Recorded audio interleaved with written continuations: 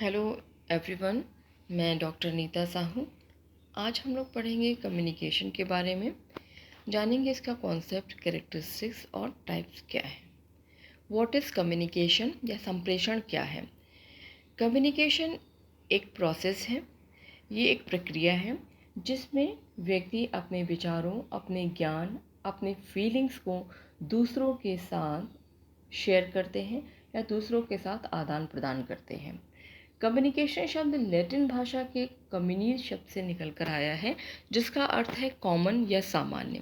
सामान्य से यहाँ तात्पर्य है कि इस प्रक्रिया में संदेश भेजने वाला और संदेश प्राप्तकर्ता दोनों ही कॉमन अंडरस्टैंडिंग या सामान्य अवबोध के माध्यम से विचारों का आदान प्रदान करते हैं कि जो संदेश प्राप्त भेजने वाले ने जो संदेश भेजा है या मैसेज सेंड किया है, जो रिसीवर है उस मैसेज को समान अर्थों में समझने का प्रयास करता है, तभी संप्रेषण की प्रक्रिया संपन्न होती है या इसे पूर्ण माना जाता है।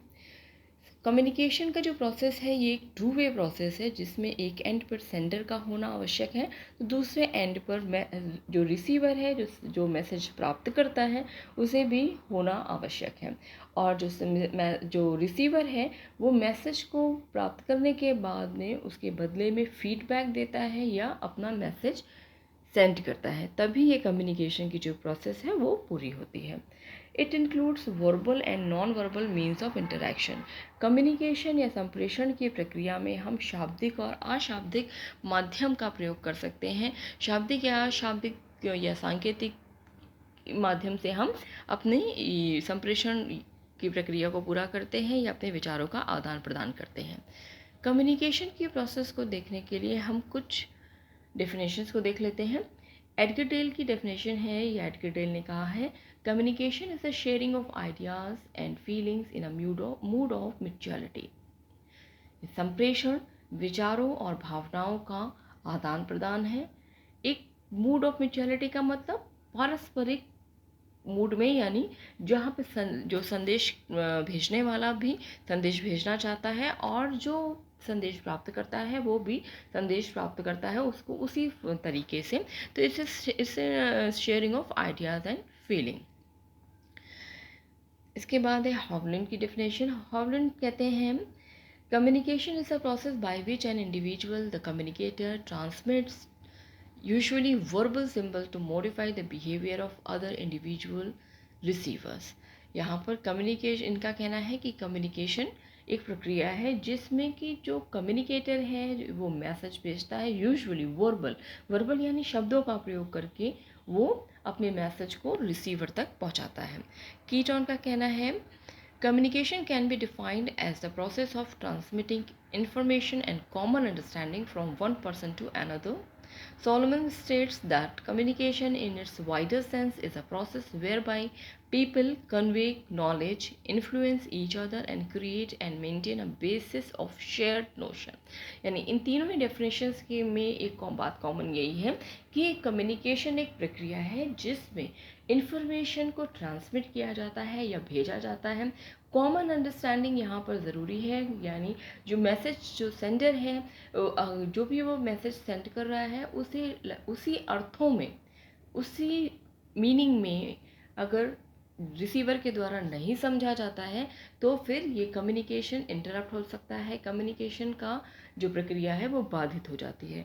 तो हम ये कह सकते हैं communication is a sharing of ideas and feeling from it's a mutual interaction, actually it is a mutual interaction. Now we see what are the characteristics of communication, या संप्रेषण की कौन कौन सी विशेषताएं हैं। The communication is a two-way process in which one person sends the message and other person receive it। एक व्यक्ति message भेजता है, दूसरा व्यक्ति उस मैसेज को प्राप्त करता है। Communication is a purposive process। ये एक उद्देश्यपूर्ण प्रक्रिया है। जब तक हमारा कोई उद्देश्य नहीं होता, बिना किसी उद्देश्य के हम किसी से कोई बात नहीं करते हैं, किसी विचारों को शेयर नहीं करते हैं, किसी प्रकार का मैसेज सेंड नहीं करते, तो ये एक पर्पसिव प्रोसेस है। Communication includes perception. परसेप्शन का मतलब है प्रत्यक्षण, या जिस भी किसी चीज़, किसी विचार, किसी आइडिया, किसी नॉलेज, किसी सिंबल को हम किस तरह से देखते हैं, उसको हम किस तरह से इंटरप्रेट करते हैं, कैसे हम समझते हैं, ये है परसेप्शन।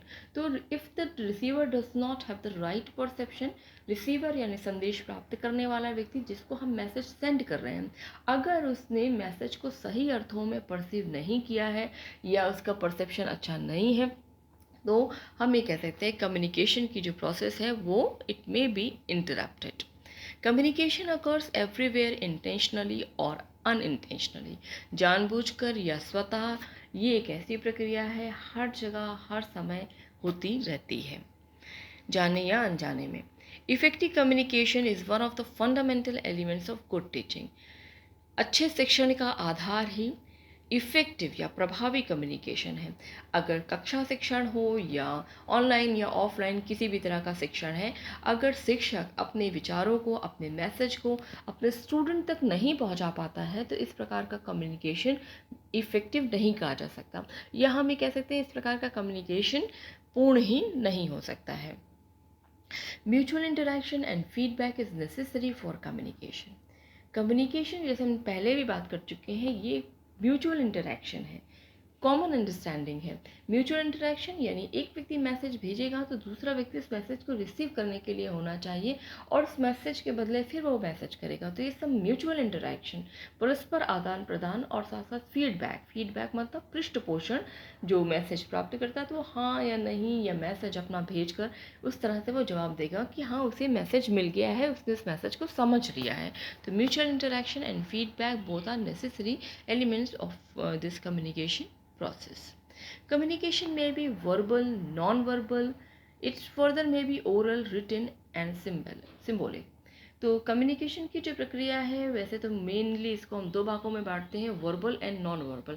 या तो हम शब्दों का प्रयोग करके कम्युनिकेशन की प्रक्रिया को पूरा करते हैं, या फिर हम बिना शब्दों का सहारा लिए हुए संकेतों का प्रयोग भी हम करके इस प्रक्रिया को पूरा करते हैं। अब हम देखते हैं कि टाइप्स ऑफ कम्युनिकेशन क्या है या संप्रेषण के प्रकार क्या हैं। तो संप्रेषण को मेनली दो भागों में हम बांटते हैं, वर्बल कम्युनिकेशन और non verbal communication. Verbal communication जो है शाब्दिक संप्रेषण है, जहाँ पर हम शब्दों का प्रयोग करते हैं। जब सेंडर या मैसेज करता जो भी है वो शब्दों का प्रयोग करके या भाषा का प्रयोग करके लिखित रूप में या ओरल या रिटन किसी भी तरह का हो सकता है, या शब्दों का प्रयोग करके मुंह से मौखिक रूप से कम्युनिकेशन करता है, या लिख कर अपने विचारों को, अपने ज्ञान को, अपनी फीलिंग्स को दूसरे के साथ शेयर करता है, तो हमसे हम कहते हैं वर्बल कम्युनिकेशन। तो मेन डिफरेंस है वर्बल और नॉन वर्बल में भाषा का प्रयोग या शब्दों का प्रयोग। तो वर्बल कम्युनिकेशन का आधार ही है शब्द, यहाँ पर हम शब्दों का प्रयोग करके ही अपने विचारों को दूसरों तक पहुँचाते हैं या इसका आदान प्रदान करते हैं। Oral communication face to face, telephonic conversation, lecture, group discussion या वर्चुअल मीटिंग, जैसा कि आजकल हम लोग ऑनलाइन क्लासेस में करते हैं, जूम, गूगल मीट, बहुत सारे प्लेटफॉर्म्स हैं जहाँ पर हम जो टीचर है या सेंडर है या मैसेज करता है वो विचारों का आदान प्रदान करता है। फेस टू फेस तो हम लोग हर समय सभी जानते हैं कि घर में, परिवार में, बाहर, हर समय अगर हम फेस टू फेस यानी जो सेंडर और रिसीवर दोनों आमने सामने की स्थिति में है और शब्दों का प्रयोग करके एक दूसरे के साथ बात कर रहे हैं, कम्युनिकेशन कर रहे हैं, तो इसे हम क्या कहेंगे, ओरल कम्युनिकेशन है, लेकिन फेस टू फेस।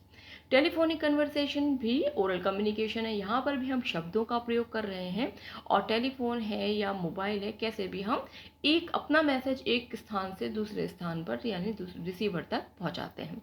लेक्चर है, ग्रुप डिस्कशन है, सेमिनार है, जो डिस्कशन पैनल्स हैं, ये सब जहाँ पर भी सेंडर और रिसीवर आमने सामने की स्थिति में है और शब्दों का प्रयोग करके एक दूसरे के साथ बात करते हैं, तो वो सभी ओरल कम्युनिकेशन की कैटेगरी में आता है। वर्चुअल मीटिंग की हम पहले ही बात कर चुके हैं कि इस तरह के प्लेटफॉर्म्स पर भी हम शब्दों का प्रयोग करके और मैसेज जो सेंडर है और जो रिसीवर है वो किन्हीं मीडियम के माध्यम से अपने जो विचारों का आदान प्रदान करते हैं। अब हम देखते हैं रिटन कम्युनिकेशन में क्या आता है। रिटन कम्युनिकेशन में email, newspaper, books, journal, reports, chatting, बहुत सारी चीज़ें आ सकती हैं। तो हम सभी जानते हैं, हम ईमेल किसी को भी सेंड करते हैं तो ईमेल में हम क्या करते हैं, लिख कर अपने जो इसका पुराना स्वरूप है, हमारा चिट्ठी है, जहाँ चिट्ठी है, तार है, ये सब हम पहले के टाइम में हम एक जगह से दूसरी जगह पर मैसेज भेजने के लिए इसके उपयोग करते थे। तो आजकल इसका जो स्वरूप है वो ईमेल ने ले लिया है इसका स्थान। Newspaper, letter, books, journal, reports और चैटिंग, ये सब रिटन फॉर्म है, रिटन कम्युनिकेशन है, या वर्बल कम्युनिकेशन की ही ये रिटन फॉर्म है। इसमें हम सभी में जिस शब्दों को लिख कर अपने जो रिसीवर है या जो मैसेज प्राप्त करता है उस तक हम अपने संदेश को पहुंचाते हैं। जैसे न्यूज़पेपर है आपके पास आता है, जिसमें न्यूज़पेपर में जितनी भी न्यूज़ है उसको हम रिटन फॉर्म में है, उसको हमने पढ़ लिया और समझ लिया, ठीक है। तो ये हमारा, इसी तरह हम अगर इलेक्ट्रॉनिक मीडिया भी हम देखें, इलेक्ट्रॉनिक मीडिया हो चाहे प्रिंट मीडिया हो, वहाँ पर शब्दों का प्रयोग हो रहा है और शब्दों के माध्यम से हम ये हमारे साथ में कम्युनिकेशन होता है। तो ये हमारा हो गया वर्बल कम्युनिकेशन, जिसको हमने 2 भागों में बांटा है, ओरल कम्युनिकेशन, रिटन कम्युनिकेशन, और उसके क्या तरीके हो सकते हैं ये हमने देखा। अब हम देखते हैं कि नॉन वर्बल कम्युनिकेशन क्या है। नॉन वर्बल कम्युनिकेशन शाब्दिक कम्युनिकेशन या शाब्दिक संप्रेषण का जस्ट उल्टा है। तो शाब्दिक नॉन वर्बल कम्युनिकेशन में शब्दों का प्रयोग नहीं होता है। इस प्रकार के संप्रेषण में शब्दों के स्थान पर हम जो और विजुअल कम्युनिकेशन है, यानी किसी दृश्य या किसी जो पिक्चर है, इन सब के माध्यम से clothing, accessories, distance, tone of voice, body movement, use of space, यानी ये सभी तरीके हो सकते हैं जिससे कि हम अशाब्दिक संप्रेषण की स्थापना करते हैं। अशाब्दिक संप्रेषण की खासियत ये है कि यहाँ पे शब्दों का प्रयोग नहीं होता है, बल्कि हम यहाँ पे किन्हीं सिंबल्स के माध्यम से, किन्हीं इमेज के माध्यम से, किन्हीं एक्सप्रेशंस के माध्यम से, भाव के माध्यम से, आई कांटेक्ट के माध्यम से, यानी बहुत सारे ऐसे तरीके हो सकते हैं जिनके माध्यम से हम अपने संदेश को दूसरे तक पहुँचाते हैं बिना किसी शब्दों का प्रयोग करते हुए।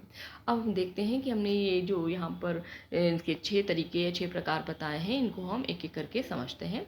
तो विजुअल कम्युनिकेशन यानी दृश्य संप्रेषण। दृश्य संप्रेषण से मतलब है जब हम संप्रेषण दूसरे के साथ करते हैं तो हम बिना शब्दों का प्रयोग करे हुए किसी इमेज, कोई पिक्चर हम उसे दिखा दें, किसी चित्र के माध्यम से ही हम देखते हैं ना, अगर सड़क पे जाते हैं तो वहाँ पे देखते हैं बहुत से कोई पोस्टर लगा हुआ है, कोई चित्र बना हुआ है। कई बार अब रोड के जो हम साइन देखते हैं कि आगे यहाँ पे सड़क है, स्कूल है, या कुछ इस इमेज से ही, केवल कोई शब्द वहाँ पर नहीं है, केवल वो इमेज ही हमें बता रही है कि वहाँ पर आगे क्या है या वो चित्र क्या कहना चाह रहा है। तो केवल इमेज के माध्यम से ही हमने दूसरों के साथ में संप्रेषण कर लिया बिना किसी शब्दों का प्रयोग किए हुए। इन्फोग्राफिक है, कॉम्बिनेशन है इंफॉर्मेशन प्लस ग्राफिक का। ग्राफिक मतलब कोई चित्र बना है या कोई ग्राफ है जो कि कोई इन्फॉर्मेशन प्रोवाइड कर रहा है, तो इसको हम नाम देते हैं इन्फोग्राफिक। तो इन्फोग्राफिक आजकल बहुत कॉमन है। इसमें हम केवल कोई ग्राफ्स बना कर दे देते हैं, कोई चित्र, कोई इमेज, कोई सिंबल, कोई साइन इस तरह का बना होता है जो अपने आप में ही वो पिक्चर बहुत कुछ कहता है बिना किसी शब्दों का प्रयोग करे हुए। हम आसानी से उस मैसेज को रिसीव कर लेते हैं। फिर है साइन लैंग्वेज। साइन लैंग्वेज के बारे में तो हम सभी ने सुना, जैसे अभी हमने बात भी की। तो साइन लैंग्वेज भी हम हर समय अपने कम्युनिकेशन का हिस्सा बनाते हैं जबकि हमें शब्दों का प्रयोग नहीं करना होता है। और sign language a very effective language. यहाँ पर हम बिना किसी शब्दों का इस्तेमाल किए हुए ही हम अपने विचारों को स्पष्ट रूप से जो रिसीवर है वहाँ तक पहुँचाते हैं। नेक्स्ट है हमारा क्लोथिंग एंड एसेसरीज।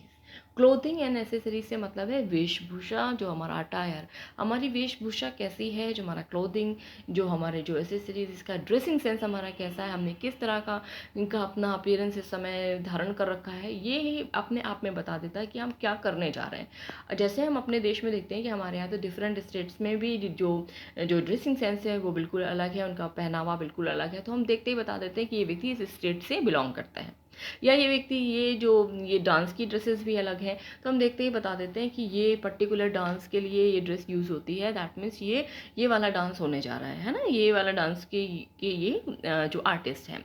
इसी तरह से हम किसी ओकेजन पर भी कुछ स्पेशल टाइप के हम ड्रेसेस पहनते हैं, जैसे हम किसी खुशी के अवसर पे अलग तरीके से हम अपने आप को तैयार करते हैं और किसी शोक या दुख के अवसर पे अलग तरीके से। तो हमारी क्लोथिंग और साथ साथ जो एसेसरीज है वो ही बिना किसी शब्दों का प्रयोग करे हुए, बिना कुछ बोले हुए हमें काफ़ी कुछ बता जाता है कि हमने किस तरह के कपड़े धारण किए हैं और इसका मतलब क्या है।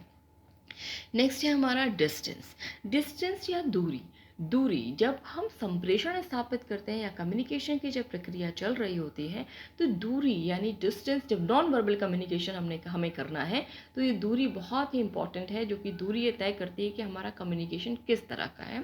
तो इसको भी हमने कई भागों में बांटा हुआ है जिसको आसानी से हम समझ सकते हैं। पहला है इंटीमेट जोन या आत्मीय जोन, जो कि 1 से 1.5 फीट का होता है। पहले चारों हम देख लेते हैं। दूसरा है पर्सनल जोन, इसके बाद है सोशल जोन और लास्ट है पब्लिक जोन।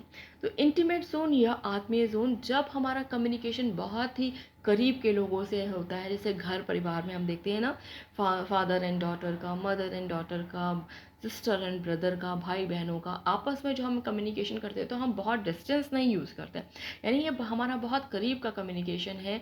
जब हमें बहुत आप जाके प्यार से अपने माँ के पास बैठ जाते हैं तो इसका मतलब आप उनसे कुछ कहना चाहते हैं। तो केवल पास में बैठना ही ये शो करता है कि आप उनसे कुछ प्यार जताना चाह रहे हैं या कुछ उनसे आप अपनी फीलिंग शेयर करना चाहते हैं। तो बिना कुछ कहे ही घर के लोग समझ जाते हैं कि हाँ, ये नॉन वर्बल ये जो इंटीमेट जोन में है या ये कुछ अपनी बात कहना। तो उसको हम इसमें डिस्टेंस के माध्यम से हम समझ सकते हैं कि दूरी, ये दूरी कितनी दूरी है, पास में हम बैठे हैं, दूर है, ये तय करता है कि हमारा कम्युनिकेशन किस तरह का है। दूसरा है पर्सनल जोन, ये भी हमारा 1.5 फीट से लेकर, सॉरी यहाँ कुछ गलत लिख दिया है, पर ये 1.5 फीट से 4 फीट का होता है। ये लगभग हम देख सकते हैं घर से बाहर निकलने पर, आस पड़ोस में या क्लासरूम में भी हम टीचर से लगभग 4 फीट की दूरी पर क्लास में अपनी सीट पर बैठते हैं या उनसे 1.5 फीट पास में जाकर कुछ कहना है तो भी हम एक डिस्टेंस मेंटेन करते हैं। तो ये हमारा पर्सनल जोन है। फिर है सोशल जोन। सोशल जोन भी इसको भी हम जैसे ऑफिस वगैरह में या कॉलेज में और जगह पे हम देख सकते हैं कि जब हमें यहाँ सोशल जोन, बाकी जिनसे हम बहुत ज़्यादा घनिष्ठ नहीं हैं, जिनसे हम केवल कुछ दूरी बना कर रखना चाहते हैं और दूर से ही इशारे करते हैं या दूर से ही अपनी बातों को समझा सकते हैं, तो ये सोशल जोन में आता है। और लास्ट है हमारा पब्लिक जोन या फिर सार्वजनिक क्षेत्र, जो कि 12 से 25 फीट का हो सकता है। 12 से 25 फीट सार्वजनिक जोन, जैसे हम सड़क पे निकलते हैं या कहीं जाते हैं या हम किसी रैली में शामिल होते हैं या किसी भाषण को सुनते हैं नेता का या कुछ, तो हम देखते हैं काफ़ी डिस्टेंस वहाँ पे मेंटेन है। और अगर दूर से नेताजी हाथ हिलाते हैं तो भी हम समझ जाते हैं कि वो हमें हमारा अभिवादन कर रहे हैं या कुछ इस तरह की। तो बहुत दूर से भी हम ये हमारा दूरी क्या है, यहाँ पे नॉन वर्बल कम्युनिकेशन है, शब्दों का इस्तेमाल नहीं हो रहा है, केवल दूरी ही ये तय कर रही है कि किस तरह के हम जोन में हैं। नेक्स्ट है हमारा tone of voice. Tone of voice यानी जो वाणी का जो उच्चावचन हम कह सकते हैं, वाणी का ऊंचा नीचा होना। तो इसमें नॉन वर्बल कम्युनिकेशन, जब हम बहुत प्यार से किसी से बात कर रहे हैं, हमारी वाणी किसी और तरीके से होती है, लेकिन अगर हम बोलना नहीं कुछ चाहते लेकिन हमने अपनी आवाज़ को तेज़ एक आवाज़ या हाँ या इस तरह से कुछ भी इस तरह से अपनी वाणी में आवाज़ इस तरह से निकाल दें कि उसी से ही बच्चे समझ जाते हैं या क्लासरूम में या कोई और समझ जाता है कि वाणी में जब उसमें हम टोन उसको हम बढ़ाते घटाते हैं, ये भी हमारा नॉन वर्बल कम्युनिकेशन का एक माध्यम है जिससे हम स्पष्टता बता सकते हैं कि हम कहना क्या चाहते हैं। फिर है हमारा बॉडी मूवमेंट। बॉडी मूवमेंट यानी शरीर की गति, शरीर की हलचल या शरीर में भी जो हम जो मूवमेंट करते हैं उससे भी हम नॉन वर्बल कम्युनिकेशन में वो भी आता है। इसमें है पैरा लैंग्वेज, टचिंग और है हमारा जेस्चर्स। तो पैरा लैंग्वेज यानी इसमें हमने स्क्रीमिंग, शाउटिंग ये सब आ सकता है। जैसे हम कुछ नहीं भी बोलते हैं फिर भी अगर कोई बच्चा चीख रहा है, रो रहा है, चिल्ला रहा है तो हम समझ जाएंगे कि वो किसी दुख में है, मुसीबत में है, हमें बुला रहा है। कई बार हम खुशी में भी चिल्लाते हैं तो इसका ये क्या है, हमें बताने की ज़रूरत नहीं कि आई एम वेरी हैप्पी। हम अचानक से हुर्रे या बहुत तेज़ से आवाज़, जैसे हम सभी जानते हैं इस तरह की आवाज़ें निकालते हैं या इस तरह के एक्सप्रेशन करते हैं, ताली बजाना, खुशी से उछलना कूदना और आँखों को बड़ा कर लेना, चमकाना। तो ये सारा क्या है, ये सारी बॉडी मूवमेंट है जिसके द्वारा हम नॉन वर्बल कम्युनिकेशन की स्थापना करते हैं। फिर है टचिंग। टचिंग हम बिना कुछ बोले ही हमारा गुड टच और बैड टच के बारे में हम सभी जानते हैं कि केवल किसी को टच कर लेना, किसी को अगर माँ अपने बच्चे को प्यार से केवल उसके ऊपर हाथ रखती है तो वो समझ जाता है कि हाँ वो उसकी माँ उसे प्यार से सहला रही है। तो टच हमें एकदम बता देता है कि हाँ वो टच कैसा है, और बिना कुछ कहे ही हम समझ जाते हैं कि वो क्या कहना चाहते हैं। इसी तरह है जेस्चर्स। जेस्चर या भाव, हम जेस्चर को हमने तीन तरह से देख सकते हैं, हैंड जेस्चर, फेशियल जेस्चर या आई कांटेक्ट। हैंड जेस्चर, हाथों के भाव, जैसे क्लास में अगर हम इसका एग्जांपल लें तो अगर टीचर केवल बच्चे स्टूडेंट्स टीचर के आने पर क्लास में खड़े हो जाते हैं और टीचर के केवल एक इशारा अगर उन्होंने हाथ दिखा दिया, हाथ से इशारा करने पर ही वो बैठ जाते हैं, ठीक है। अगर हमने किसी को बोलने का अगर इसका इशारा करना है तो कई बार हम हाथों के इशारे से उसको बोलने के लिए कह सकते हैं। चुप करना है तो भी हम हाथों के इशारे से उसे हम चुप रहने को बोल सकते हैं। इसी तरह फेशियल एक्सप्रेशन, फेशियल एक्सप्रेशन या जेस्चर बहुत इंपॉर्टेंट है।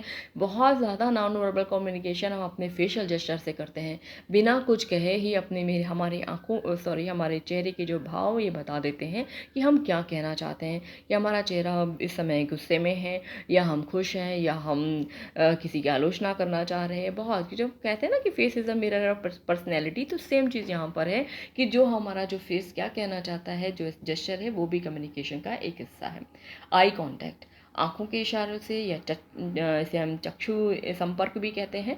क्लासरूम, जो इफ़ेक्टिव क्लासरूम का भी ये बहुत बड़ा एक हिस्सा है। इफ़ेक्टिव क्लासरूम कम्युनिकेशन में आई कांटेक्ट बहुत ज़रूरी है। अगर टीचर का एक इफ़ेक्टिव टीचर होने के लिए बहुत ज़रूरी है कि हम सभी जितने भी क्लासरूम में जितने स्टूडेंट्स हैं उन सबसे हम आई कांटेक्ट करके पढ़ाएं। अगर हम उनसे आई कांटेक्ट करके पढ़ाते हैं तो क्लास में डिसिप्लिन मेंटेन रहता है और उनका अटेंशन भी बना रहता है। आई कांटेक्ट के द्वारा हम बिना कुछ कहे कई बार हम उन्हें बताते हैं कि उनका जवाब सही है, नहीं सही है, उन्हें अब चुप हो जाना है, या गुस्से से या खुशी से, ये सारी हमारे नेत्र या आंखें उन्हें बता देती हैं।